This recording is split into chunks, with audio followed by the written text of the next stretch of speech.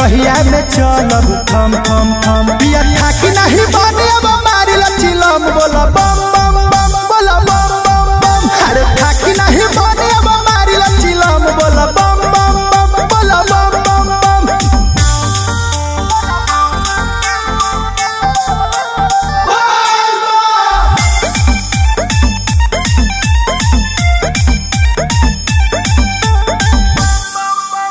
बाबा के बूटी के कर सेवन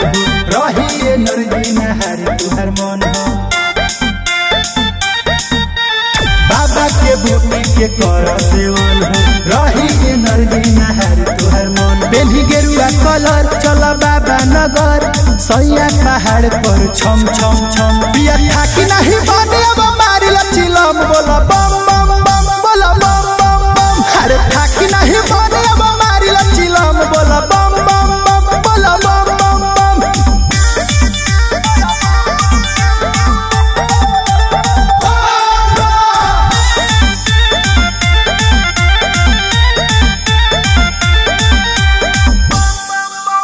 माथे पट्टी का कलम महाकाल के जिंदगी से दुख फेंक दिए निकाल के